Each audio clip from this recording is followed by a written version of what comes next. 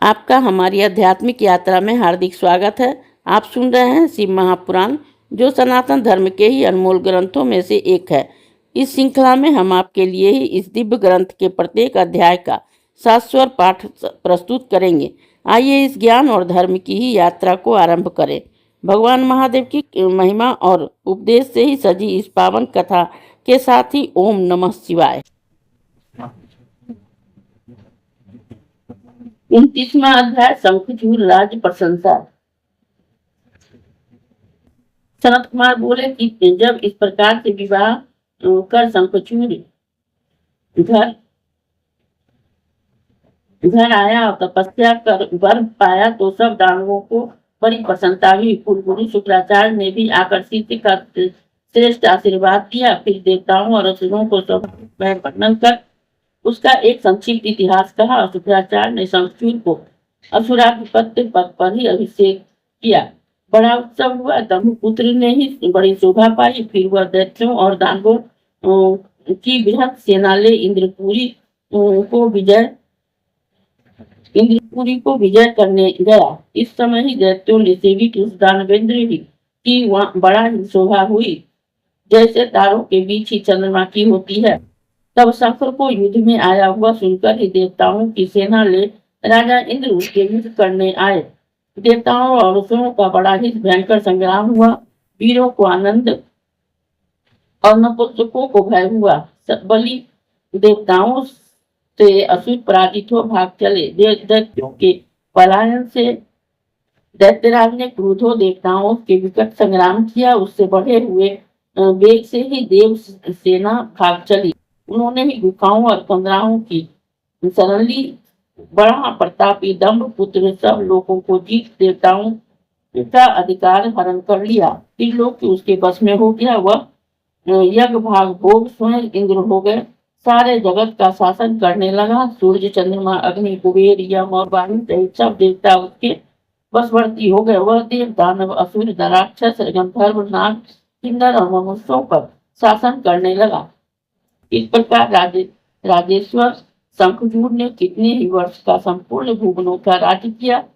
उसके राज्यकाल में सारी प्रजा सुखी हो और रोग, व्याधि तथा कभी भी दुर्भिक्ष न था।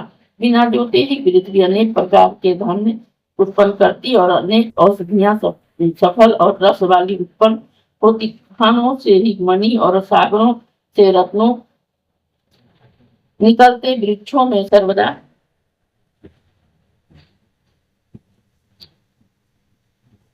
फूल फल लगे रहते और नदियों में सुंदर जल बहा करता था। देवताओं के बिना ही सारे जीव सुखी और विकार रहित रहते तथा चारों वर्ण और चारों आश्रम अपने अपने धर्म करते। किसी को ही दुख या केवल बंधु वैर के कारण देवताओं को शंखचूड़ गोलोकवासी कृष्ण का बड़ा ही मित्र उसकी भक्ति में ही रत और साधु था। पूर्व जन्म में ही साथ में ही दानव योनि को प्राप्त हुआ था, परंतु उसकी बुद्धि दानवों की सी नहीं थी। उधर राज्य हरण से पराजित देवता ऋषियों को साथ ले ही ब्रह्मा जी की सभा में गए। अपना सब वृत्तांत कहा। ब्रह्मा जी उन्हें साथ ले विष्णु जी के पास वैकुंठ में गए। वहां सबने मिलकर ही चक्र, गदा, पद, पीताम्बर धारी, शंकर, सनंदा का अधिक सिद्धों से ही सेवित किरीट, कुंडल, वनमाला धारी लक्ष्मीपति भगवान विष्णु को प्रणाम कर उसकी स्तुति की और रोते हुए अपना दुख कहा। उसे सुनकर भगवान विष्णु ब्रह्मा जी से बोले कि कहिए, आप किस लिए आए थे? आपको क्या कष्ट हुआ है? वह मुझसे कहिए। ब्रह्मा जी ने बारंबार प्रणाम कर हाथ जोड़कर शिव नवाकर देवताओं का वह दुख जो शंखचूड़ ने उन्हें दे दिया था परमात्मा विष्णु से कह सुनाया। तब सब प्रकार से सबके भावों को जानने वाले भगवान विष्णु ने हंसकर विधाता से यह कहा कि मैं शंखचूड़ के सब वृतांत को जानता हूँ। वह पूर्व काल से ही मेरा बड़ा ही भक्त, परम भक्त है, तेजस्वी है, परंतु आप लोग व्याकुल न होइए। मैं इस संबंध में शिव जी को इससे परामर्श करूंगा। देवताओं सहित ही ब्रह्मा से ऐसा कहकर विष्णु उन्हें साथ ले शिवलोक को चले गए। वहां जाकर ही उन्होंने सर्वेश्वर भक्त वत्सल शंकर जी की बड़ी आराधना की। इस अध्याय के श्रवण हेतु आपका हृदय से धन्यवाद। हम आशा करते हैं कि शिव महापुराण की यह दिव्य कथा आपको आध्यात्मिक शांति और गहन ज्ञान प्रदान कर रही होगी।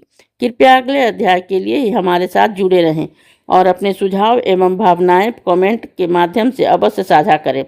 धर्म, भक्ति और ज्ञान की इस पावन यात्रा में आपका साथ हमारे लिए अत्यंत मूल्यवान है। ओम नमः शिवाय। यदि यह प्रस्तुति आपको पसंद आई हो, लाइक करें, कमेंट करें, सब्सक्राइब जरूर करें, बेल आइकॉन दबाना ना भूलें ताकि अगला अध्याय आपसे छूटे नहीं।